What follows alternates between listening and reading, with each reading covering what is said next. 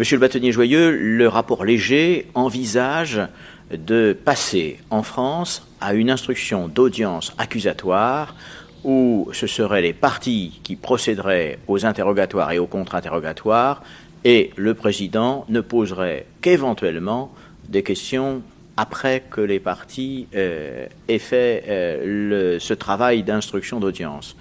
Que pensez-vous de cette proposition de réforme? Comment la voyez-vous? Je suis très réservé. Je pense que c'est une fausse bonne idée. C'est-à-dire que sous prétexte de laisser beaucoup plus de place aux partis et d'affirmer le caractère neutre, enfin la neutralité totale du président, on risque d'accentuer un phénomène que personnellement je regrette, c'est-à-dire de diminuer le nombre de dossiers qui vont venir devant les juridictions et devant un juge. Je m'explique.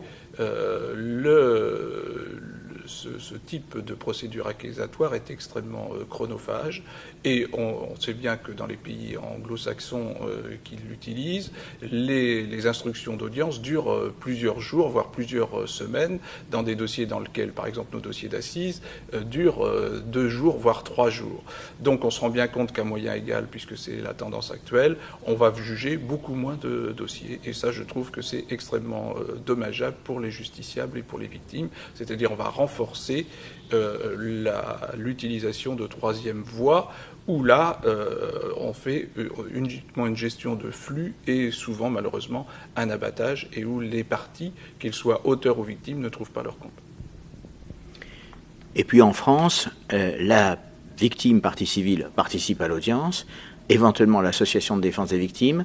La défense ne va-t-elle pas se trouver en situation de forte inégalité avec, au fond, 3 adversaires dans cette instruction d'audience accusatoire? Alors c'est déjà le cas, mais effectivement, avec une instruction d'audience accusatoire, on va renforcer l'inégalité des armes. Ça, c'est évident. Il va y avoir 3 parties qui vont marteler leur vision du dossier et la défense sera bien seule in fine. Je le crains effectivement.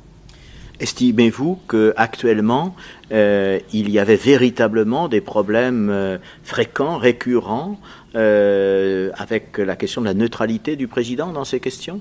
Non, je ne le pense pas. C'est-à-dire qu'il y a toujours des problèmes de personnalité. Mais on ne va pas régler un problème de casting qui dépend du président du tribunal de grande instance qui ne met peut-être pas le bon homme à la bonne place ou la bonne femme à la bonne place par une modification aussi profonde de notre procédure pénale.